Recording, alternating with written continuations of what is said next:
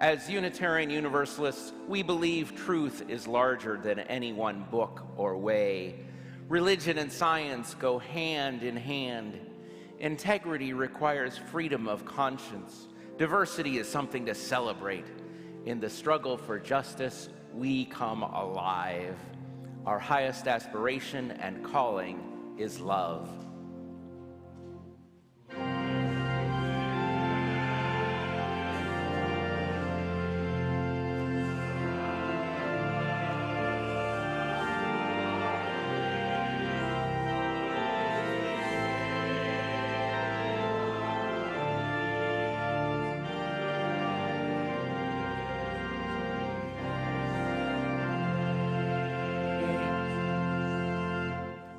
Whoever you are, whomever you love, whatever path you are on, you are welcome here.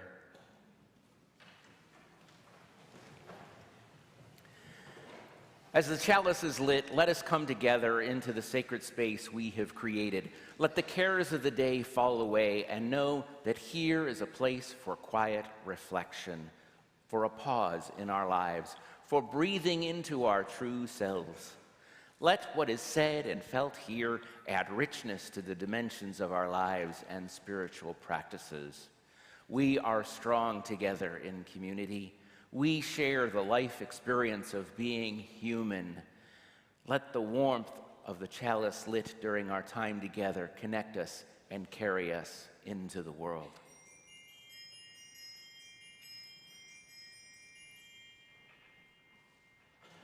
Once again, welcome to West Shore Unitarian Universalist Church. So glad that you're here this morning, and we're so glad about the folks joining us from home. Welcome to you also.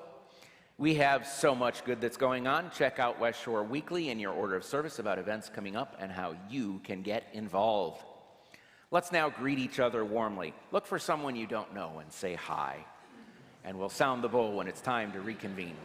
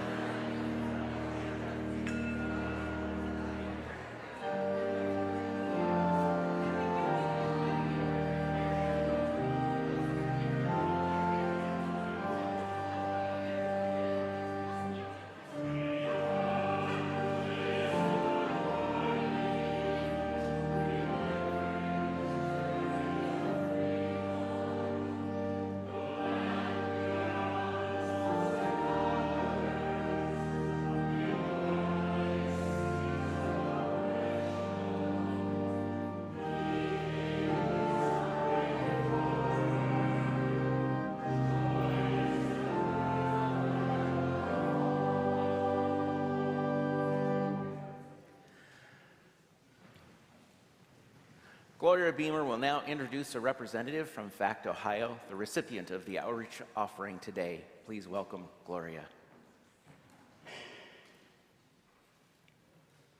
Good morning.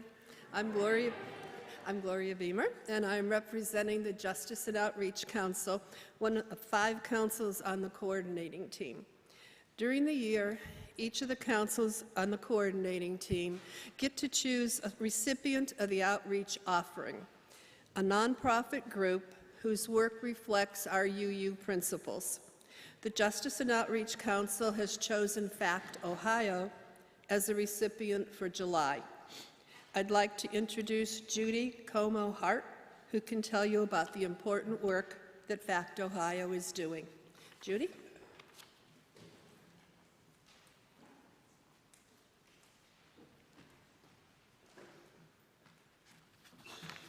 Okay, can you hear me? Because I'm short. Well, thank you. This is quite an honor to be the recipient of your offering today. And I have to tell you that your FACT group here is a wonderful example of what FACT, the umbrella organization, we're a statewide interfaith group, but it's a great example of what we want to see our faith communities and actually any community organization, how to activate and get involved with this whole issue of climate change and sustainability. And this particular, we call it a FACT anchor, has been an example that we use now as we establish other FACT anchors across the state.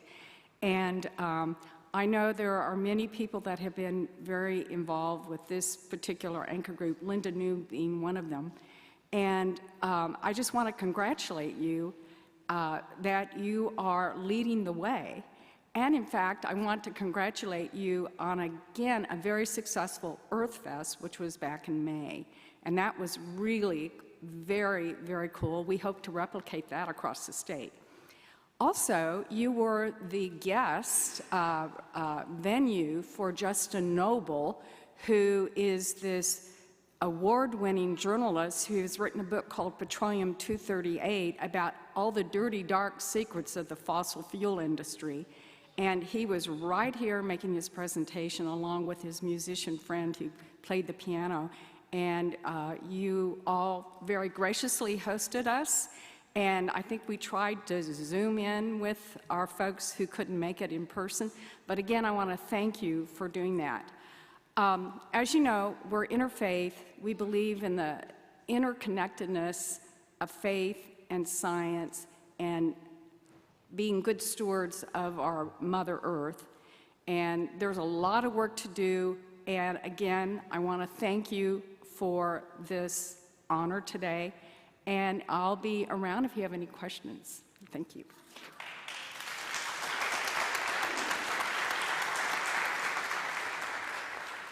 So all of the donations in the offering plate will be given to FACT Ohio. If you're making a pledge payment, please use a white envelope, and the offering will now be given and gratefully received. Thank you.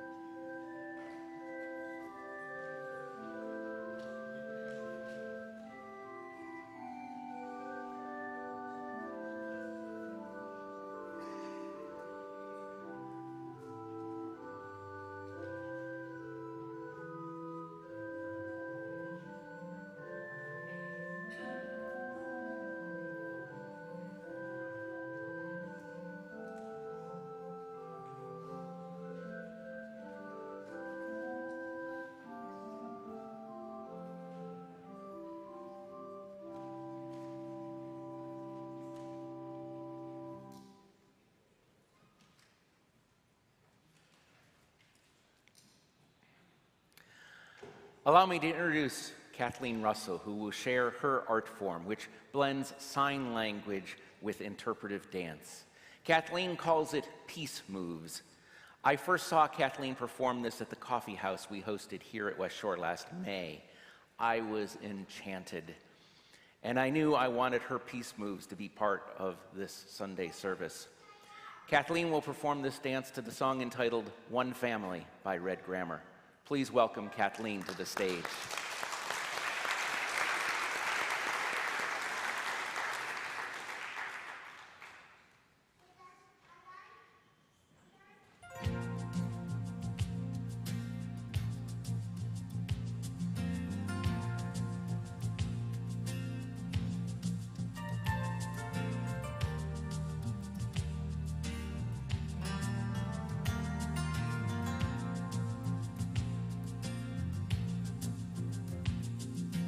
Light on the horizon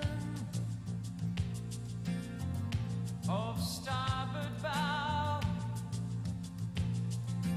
feel the spirit rising, hear the mighty shout. Oh, watch the whole creation turning inside out. He's making his will made known. Time for peace is now. Leaders at the table talking about an end to war. We need more than chess moves. We gotta open up the door, oh, and let a little sunlight shine on each and every face.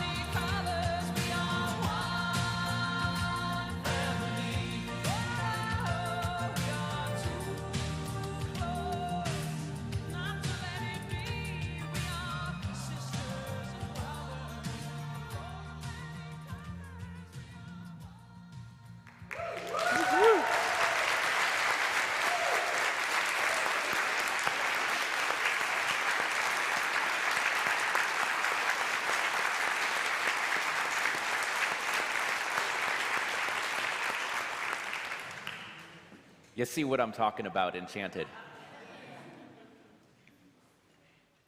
And now all are welcome to come forward and share from the heart.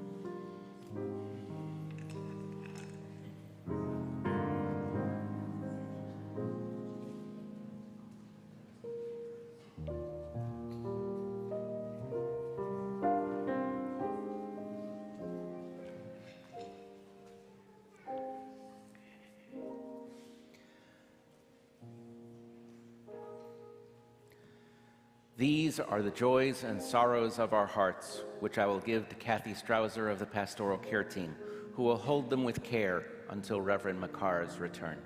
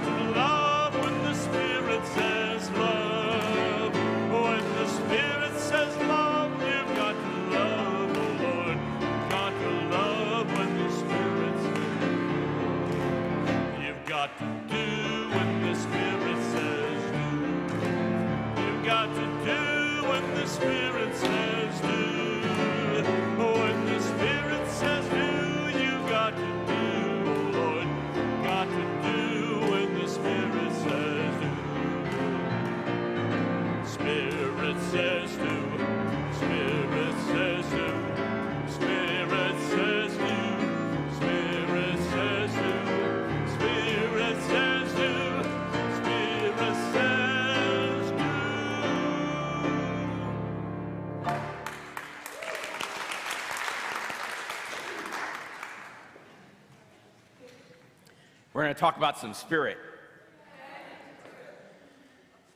Last May, Reverend Anthony McCarr preached on love as being, love as doing. He spoke using this diagram of being and doing. Reverend Anthony elaborated on this diagram by quoting writer E.B. White. I arise in the morning torn between a desire to improve or save the world and a desire to enjoy or savor the world. This makes it hard to plan the day. Reverend Anthony explained that saving the world would count as doing and enjoying the world would count as being.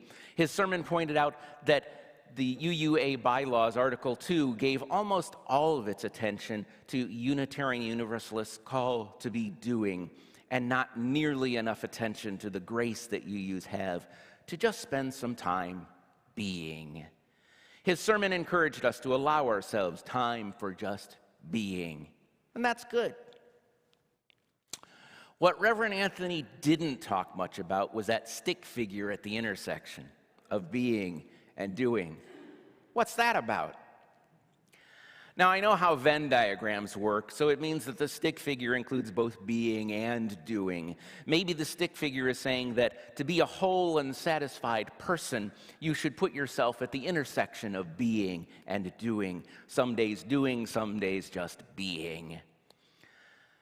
What if we think of the stick figure as someone who is, for a short period of transition, both being and doing? If we replace the stick figure with a word, what word might we choose? What's happening when you are being and doing at the same time? What word might we choose to describe that transition, that transformation, that phase of renewal? You are becoming. This sermon is about becoming. I got this idea from famous author Kurt Vonnegut, who wrote it in a letter to a classroom of students. Practice any art, music, singing, dancing, acting, drawing, painting, sculpting, poetry, fiction, essays, reportage, no matter how well or badly, not to get money or fame. Practice it to experience becoming, to find out what's inside you, to make your soul grow. Kurt Vonnegut continued, here's an assignment for tonight. Write a 6-line poem about anything but rhymed. No fair playing tennis without a net. Make it as good as you possibly can. But don't tell anybody what you're doing. Don't show it or recite it to anybody. Then tear it up into teeny-weeny pieces and discard it in widely separated trash receptacles. You will find that you have already been gloriously rewarded for your poem. You have experienced becoming, learned a lot more about what's inside you, and you have made your soul grow. In short, he says, create any art, and even if you don't show it to anyone, you will experience becoming and make your soul grow. Wow. To clarify, being is just a static state of being. You are, you think, you feel, you want. Doing is active, and when you talk about doing, we're usually talking about doing service for others. Becoming is doing something for your own spirit. Becoming is making your soul grow. Vonnegut suggests that becoming can be achieved by creating art. It doesn't need to be great art or good art or even art that you share with others. Just art for art's sake. Art for the sake of growing your own spirit.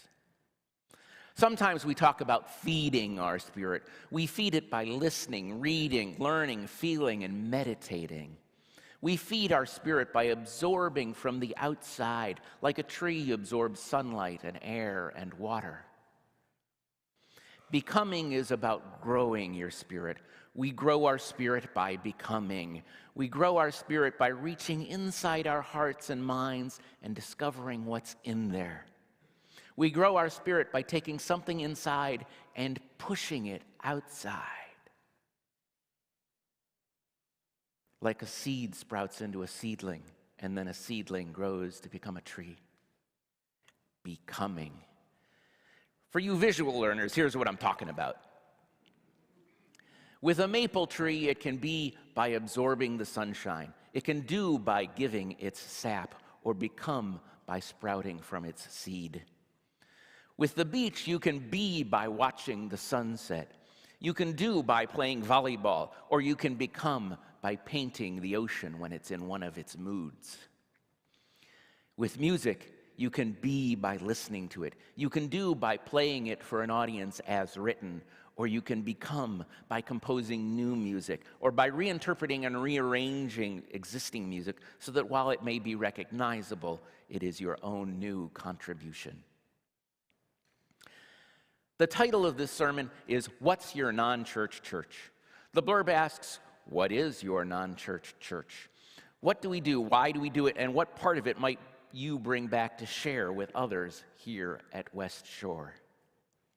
It was months after I wrote that sermon title that I realized your non-church church has a name. It is the Church of Becoming. The Church of Becoming is a place of spiritual practice, self-expression, renewal, and maybe even rebirth.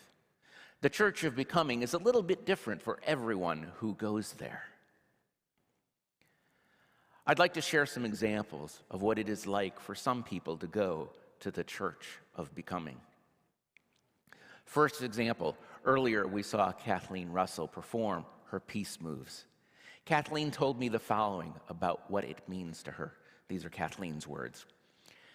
Yes, sign dance is a good name for what I do, and I used to call my performances and classes peace moves. Each movement in hula dance conveys a word and a spiritual concept. I like to think that peace moves does this as well. Kathleen continued, typically, I viewed this art form as an opportunity to promote concepts of world citizenship. Therefore, the music reflected themes such as race unity, gender equality, common foundations of all religions, harmony of science and religion, elimination of extremes of wealth and poverty, oneness of humanity, and unity in diversity.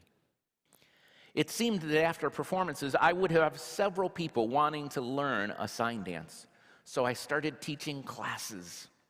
Students were between 4 and 92 years old. Then a youth workshop emerged. What I love about peace moves is that I physically feel the beauty of the song's concepts, words, and music. Somehow it feels that I am translating into the world of reality a new awakening, that peace is not only possible, but inevitable. Thank you, Kathleen, for that mesmerizing example of becoming. Second example, here's a character you know, attending his Church of Becoming. As he skates, his spirit looks pretty full to me. My wife, Dawn Bellinger, has found her Church of Becoming at the quilting table. She made this quilt that is on our bed. Dawn also attends another Church of Becoming, one of hospitality, in which she creates amazing banquets for our guests. Here, she hosts a murder mystery dinner. Kevin did it.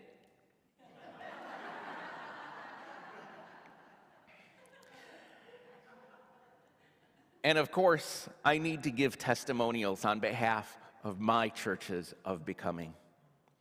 The first one is singing and playing songs on my guitar. I like to describe my music as living at the intersection of Pete Seeger and Weird Al Yankovic. Pete Seeger, because my songs are accessible and tend towards messages of social justice, and Weird Al, because they tend to be funny and satirical. I learned to play guitar as a display of affection for Dawn. The first song I ever played for an audience was a love song for Dawn. The Beatles' In My Life. The occasion was a birthday party for her that had about 50 people in attendance. I was nervous and my voice trembled and my guitar trembled. And from that moment came the best photo of me and Dawn ever. And from that photo came an original artwork that Dawn commissioned from an artist friend of ours, and it was the best tangible gift to me ever. The artist is Kate Santucci, and then this is definitely an interpretation of the photo. I love how the vines are hugging us. She also had to actually create a guitar because I had a music stand in front of me, but it's a great interpretation. I love that moment. That moment is one of my favorite memories. Nobody praised me for that song by saying, "You played guitar well," or "You sang well." The closest thing I got to praise was, "That was a lovely gesture." My song was art, not because I was good at it, but because it was art as an act of love, and art as an act of becoming. Since then, I have composed songs and reinterpreted other people's songs as one of my churches of becoming, one of my efforts to grow my own spirit. My most recent non-church church, my most recent church of becoming is improv comedy theater. Not everybody knows and understands what improv theater is. Some confuse it with stand-up comedy like George Carlin or Jerry Seinfeld performed, or sketch comedy like you see on Saturday Night Live. Improv is neither one. On one hand, it's simple to understand. Improv is improvised. It is completely unscripted theater, made up by performers as they perform it. It is usually comedy, but sometimes it's dramatic. So that's the simple version. On the other hand, improv theater is complicated. Here is my bookshelf that explains improv theater in more detail. I'll try to show you what improv theater is through an example I have on video. This is not an example of great improv. It's not even particularly good improv, but it is an example of me doing improv about 1 year ago.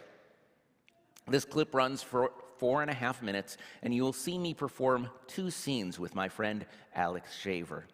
In the first scene, his character and my character first meet in a fairly absurd circumstance. The second scene takes place 12 years later, and you see how our relationship has changed. We started this scene by asking the audience for a suggestion, and they suggested we do a scene about roller coaster. We took the suggestion of roller coaster, and we made everything up after that as we performed it.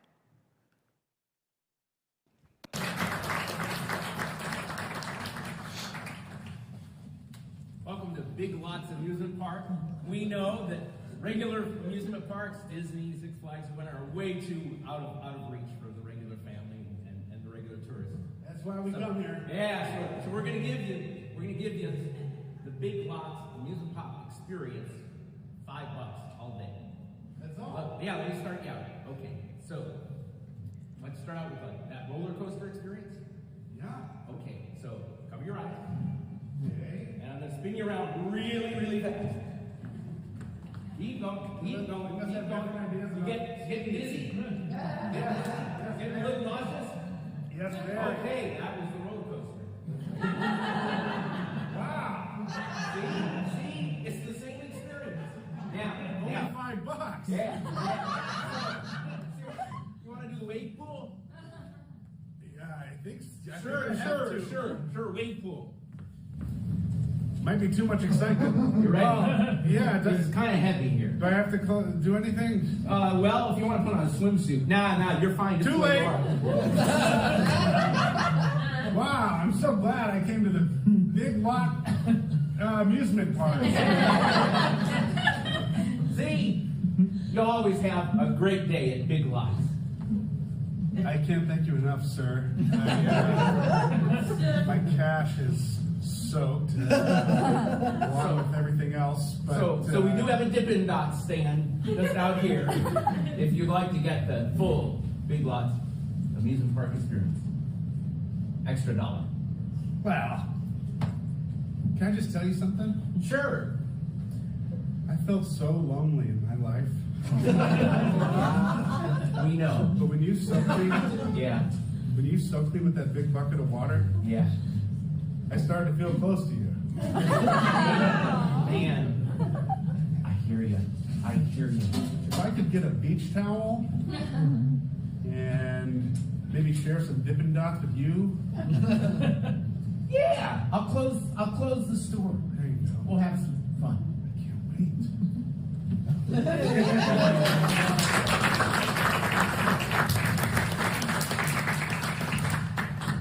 Who knew? Who knew?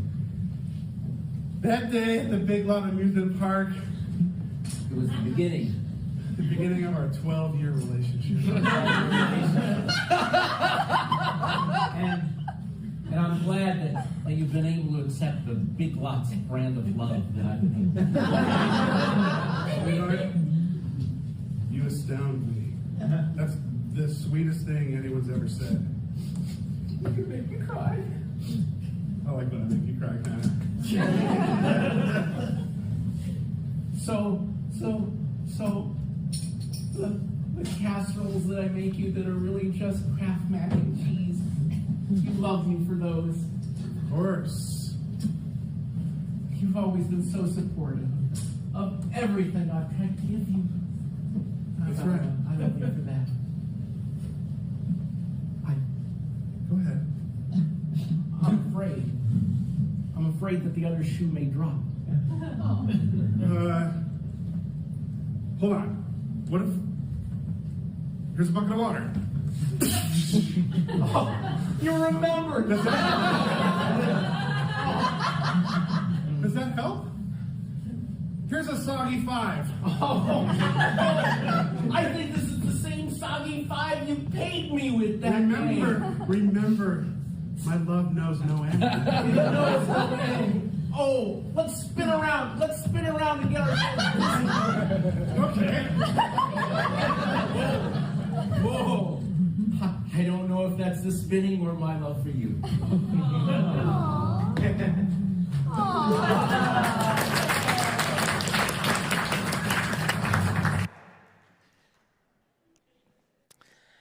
Some of you may be thinking that was really great, or that was really awful, or something in between, and that's all okay. This is art for art's sake, art for figuring out what's inside of me. Improv is a form of becoming for me every time I practice or perform. I've been taking classes and performing at an amateur level at Imposters Theater in Cleveland for about 2 years now. Improv is growing my spirit. And I'm not alone in that regard. This is UU Minister Reverend Derek Jackson. He is the Ministerial Credentialing Director at the UUA. Reverend Derek is an improviser himself, and he once taught a 1-week intensive course in improv at Meadville Lombard UU Divinity School. He said that an important rule of improv is to make your scene partner look good and to bring out the best in each other. He wondered if all of us could be supportive of each other every day and bring out the best in each other. What a wonderful world we might create. An important part of improv for me is it's helping me to loosen up. My nature is to plan the heck out of a thing. But as the great boxer Mike Tyson once said, everyone has a plan until they get punched in the mouth.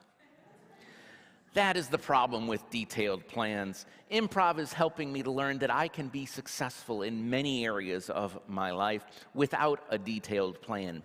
With only some basic objectives and some guidelines, I can flex and adapt and still succeed. Sometimes I succeed even more than I would have with a plan. Here's another thing I love about improv. The 100 or so improvisers at Imposters Theater are wonderful people. Improvisers don't know it, but most of them would make great UUs. They tend to be welcoming, supportive, empathetic, and academic. In fact, one of my new improv friends happens to be the minister of Southwest Unitarian Universalist Church in North Royalton, Ohio. My theater is full of amazing human beings, and I'm proud to be friends with them. The wonderfulness of improvisers isn't just limited to our local Cleveland Improv Theater. Improvisers all over the country tend to be lovely human beings. Here is a photo of an improv summer camp I attended the last 2 years. It has about 140 improvisers, all learning and supporting each other, not just as improvisers and performers, but as human beings. Everyone in this photo is attending an improv church of becoming. Being part of this improv community is more than just being on stage together or rehearsing together. It is a place of belonging to the degree that we need another diagram. If you engage in a form of doing and being and becoming that is done alongside other people, you get to feel belonging. The improv community supports its own the same way a church supports its own. We're friends and we do things that friends do, like go places together and have parties together, and we help friends move into their new apartment. But I've also seen it go deeper than that. When one member started chemotherapy for her cancer, the improv community organized a meals delivery train to make sure she had meals while she recovered from the chemotherapy sessions. Another member is a professional therapist who deals with clients that are in particularly bad circumstances. It is emotionally draining. On top of that, his son, who's now about 4 years old, is severely physically disabled, and our friend needs to take that on his shoulders as well. He said improv is his one respite, his one renewal from the rest of his weekly life. A third member deals with chronic depression and is neurodivergent. When he did so well at a recent audition that he was cast in 2 shows instead of the regular one, like the rest of us, some of us teased him for taking up 2 casting slots. He corrected us for teasing him by saying, "I only feel okay when I'm performing on stage. Improv is all I have." Improv is his respite and renewal. Improv is my most recent church of becoming. About 30 of you came to see my one-person show at Imposters Theater, where I told some funny stories and sang some funny songs in front of a friendly, supportive audience. Thank you. Imposters Theater is where I found the self-confidence and joy to sing funny songs on stage. Because of the support you showed me there, Reverend Anthony asked me to sing a funny song here during a Sunday service about the church budget. I'm just a plan, yes, I'm only a plan. I'm just a plan would not have happened unless I had first sung 3 funny songs at Imposters Theater. Improv is my most recent church of becoming. Today you saw Kathleen Russell bring her church of becoming to all of us here at West Shore. Thank you again, Kathleen, for sharing this. At the West Shore Coffee House, we saw several other members share music, poetry, and martial arts. The Aesthetics Committee regularly showcases the artwork of our members in the fireside room: paintings, drawings, photographs, quilts. Every one of these artists showed us ways in which they have taken in the metaphorical sunshine and water offered to them and processed it through their heads and hearts, and they gave it back to us through their art. Every one of these artists grew their spirits along the way and shared a glimpse of their churches of becoming. What is your non-church church? What is your church of becoming? Whether it is long-lived like a sculpture or transient as a dance, we want to see it. More importantly, we want to see how it has contributed to your own becoming and how it has grown your spirit. May it be so.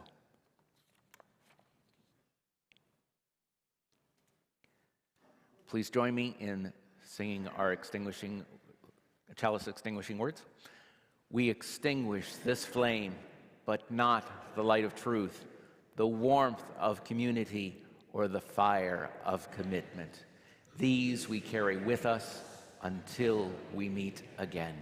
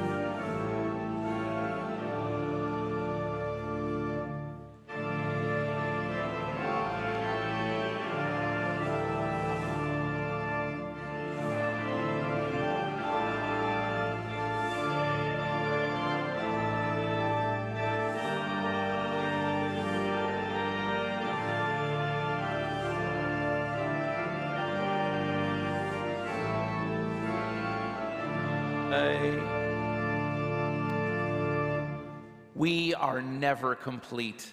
We are never finished. We are always yet to be. May we always allow others to be and help and enable each other to grow toward all that we are capable of becoming. Go in peace.